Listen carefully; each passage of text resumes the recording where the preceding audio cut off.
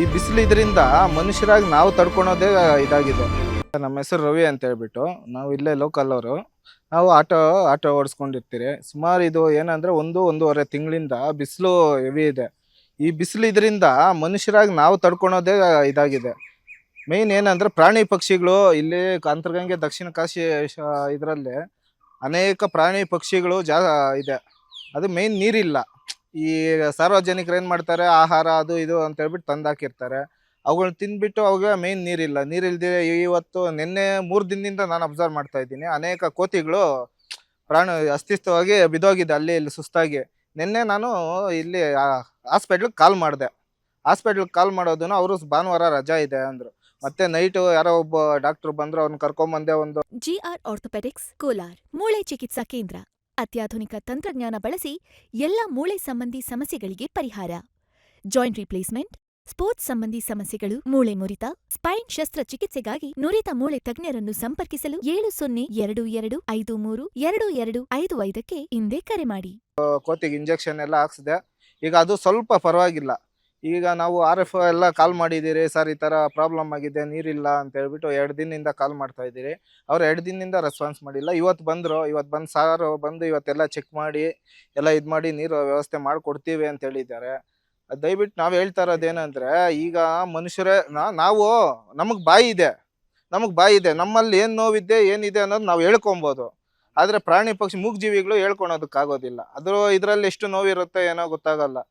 ಅದಕ್ಕೆ ನಾನು ಹೇಳೋದೇನಂದ್ರೆ, ಅದಕ್ಕೆ ನೀರಿನ ವ್ಯವಸ್ಥೆ ಮಾಡಿಕೊಡ್ಲಿ ಅಂತ ನಾನು ಈಗ ಮನವಿ ಮಾಡ್ಕೊತಾ ಇದ್ದೀನಿ ಅಷ್ಟೇ. RFF ಹತ್ರ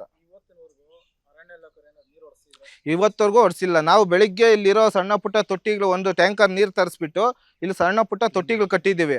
ಅದನ್ನ ನಾವೇ ಕ್ಲೀನ್ ಮಾಡಿಬಿಟ್ಟು ಅದರಲ್ಲಿ ನೀರು ತುಂಬಿಸಿರೋದು ನಾವೇ ತುಂಬಿಸಿದ್ದು. ಆಗ ಬೆಳಿಗ್ಗೆಯಿಂದ ತುಂಬಿಸಿದ್ದೀವಿ. ಈಗ ಸಾಹೇಬರು ಬಂದು ಅರಣ್ಯ ಇಲಾಖೆಯಿಂದ ಬಂದು ಅವರು ಅದೆಲ್ಲ ಚೆಕ್ ಮಾಡಿಬಿಟ್ಟು ಇದು ಮಾಡಿಸ್ಕೊಡ್ತೀವಿ, ವ್ಯವಸ್ಥೆ ಮಾಡಿಸ್ಕೊಡ್ತೀವಿ ಅಂತ ಹೇಳಿದ್ದಾರೆ ಅಷ್ಟೇ.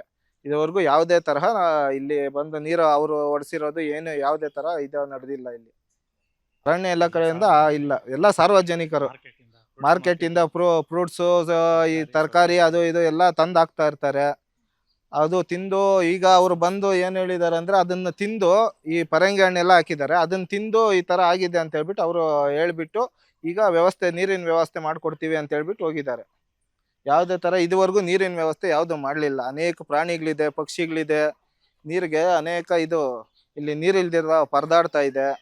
ಅಂತರಗಂಗೆ ಬೆಟ್ಟದಲ್ಲಿ ಕುಡಿಯೋ ನೀರಿನ ಸಮಸ್ಯೆ ಜಾಸ್ತಿ ಇದೆ. ಸಾವಿರಾರು ಕೋತಿಗಳಿದೆ, ನವಿಲುಗಳಿವೆ, ನೀರಿನ ತೊಂದರೆ ಜಾಸ್ತಿ ಇದೆ. ಮತ್ತು ಈ 1000 ಜನಗಳು ಸೌತೆಕಾಯಿ, ಫ್ರೂಟ್ಸು ಮತ್ತು ತರಕಾರಿಗಳನ್ನು ತಂದಾಕ್ತಾರೆ. ತಿಂದಾದಮೇಲೆ ಅವುಗಳಿಗೆ ಕುಡಿಯೋದಕ್ಕೆ ನೀರು ಇರೋದಿಲ್ಲ. ಯಾವುದೇ ಕಾರಣಕ್ಕೂ ಈ ಟೆಂಪ್ರೇಚರ್ ಜಾಸ್ತಿ ಇರೋದ್ರಿಂದ ಕೋತಿಗಳು ಅಸ್ವಸ್ಥವಾಗಿದೆ. ಅದಕ್ಕೆ ನಿನ್ನೆ ರಾತ್ರಿ ಒಂದು ಕೋತಿ ಸುಸ್ತಾಗಿದ್ದರಿಂದ ಟ್ರೀಟ್ಮೆಂಟ್ ಕೊಟ್ಟು ಅದನ್ನು ಸ್ವಲ್ಪ ಹುಷಾರಾಗಿದೆ. ಈ ತೊಟ್ಟಿಗಳೆಲ್ಲ ಕ್ಲೀನ್ ಮಾಡಿ ನಾವು ಒಂದು ಆಟೋ ಜನಗಳು ಒಂದು 5-6 ಜನ ಸೇರಿ ಕ್ಲೀನ್ ಮಾಡಿ ನೀರು ಹಾಕಿದ್ದೀರಿ. ಫಾರೆಸ್ಟ್ ಅವರು ಇವಾಗ ಸದ್ಯಕ್ಕೆ ಏನು ಬರೋದಿಲ್ಲ. ಅವ್ರು ಏನಾನ ಅಕಸ್ಮಾತ್ ನ್ಯೂಸ್ ಆದರೆ ಮಾತ್ರ ಇಲ್ಲಿ ಬಂದು ಚೆಕ್ ಮಾಡಿ ಹೋಗ್ತಾರೆ. ನೀರಿನ ವ್ಯವಸ್ಥೆ ಈ ವರ್ಷ ಏನು ನೀರಿನ ವ್ಯವಸ್ಥೆ ಏನು ಮಾಡಿರಲಿಲ್ಲ. 37 ಟೆಂಪ್ರೇಚರ್ ಇದ್ರೂ ಪ್ರಾಣಿ ಪಕ್ಷಿಗಳಿಗೆ ನೀರಿಲ್ಲ ಕುಡಿಯೋದಕ್ಕೆ. ಆದಷ್ಟು ಬೇಗ ಪ್ರಾಣಿ ಪಕ್ಷಿಗಳಿಗೆ ನೀರಿನ ವ್ಯವಸ್ಥೆ ಮಾಡಬೇಕಂತೇಳಿ ಮನವಿ ಮಾಡ್ಕೊಳ್ತಾರೆ.